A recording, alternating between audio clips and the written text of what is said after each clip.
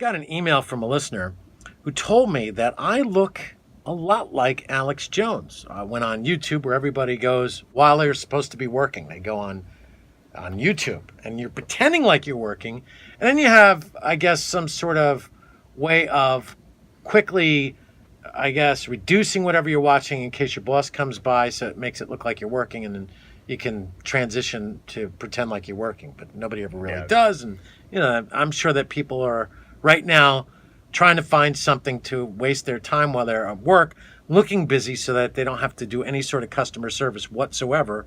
And it looks like they're busy, so nobody will bother them. You know what I'm saying? Yeah. Now, I'm looking at Alex Jones, and sure enough, I guess I kind of look like him. What do you think? Same haircut? Now he's got a beard, from what I understand. Yeah. I really don't know this guy, but immediately I found this one. Stanley Kubrick's Eyes Wide Shut actress speaks out for the first time. Alex talks Kubrick secrets. And this is obviously about, I guess, Illuminati, New World Order kind of stuff.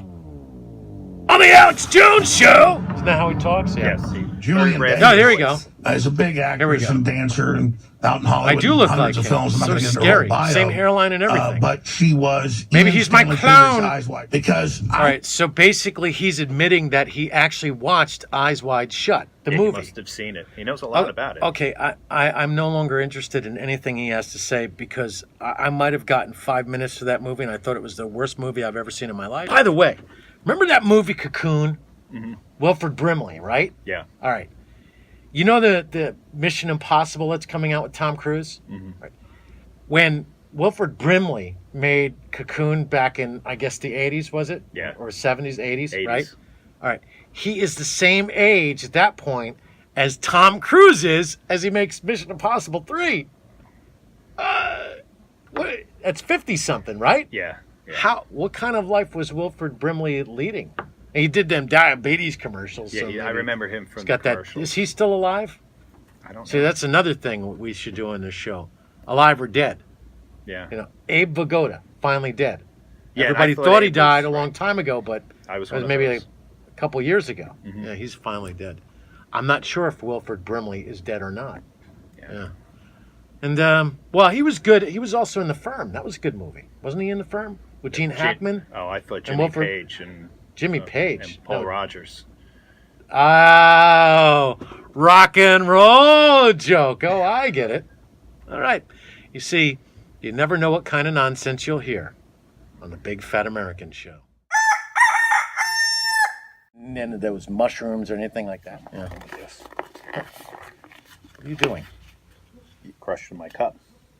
Do you realize that every cup you crush, you kill a tree?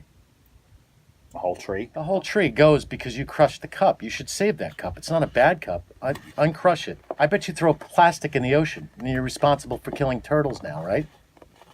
Hold on. Let me fold this By the way, since we're on the subject, environmentally speaking, there's a couple things that we might consider doing. Not throwing plastic into the ocean. Because of that, is now we all have paper straws, which fall apart. Yeah. And if you go to California, they don't even have any straws. You have to bring them in. But you might get stopped at the airport like you were, bringing some contraband in. Right. You got to be careful with plastic straws. I say paper's okay, but, there's only so far you can go. But don't do that again. In fact, I might rinse this out and use this myself. Actually, you could talk to your plants. Did you know that? Plants, some lady recorded a plant, and it was actually doing stuff, making some noise. Maybe we should record some plants. I know a garden over by St. Luke's up the street. We'll go over there. We just need some sort of recording devices. And I bet you, I'm serious, you're laughing at me, that every plant has its own sort of frequency. Oh, and while we're on the subject of nature, I was talking to this guy the other day while I was buying some melons at the store. He said that if he was out hunting and he saw a Bigfoot, he'd shoot him and bring him in. And I said, well, isn't Bigfoot a hominid? He goes, what? I go, well, yeah, Bigfoot is a hominid, which means he's from the same kingdom, phylum, different species, hominid. I go, so if you shot a hominid, even if it was a Bigfoot, technically that's homicide, and you'd be in a lot of trouble. Boys and girls, don't crush cups. Don't throw plastic into the ocean. Remember, plants have feelings and actually emit some sort of frequencies, which we'll prove in a verifiable experiment down the road. And what was the other point?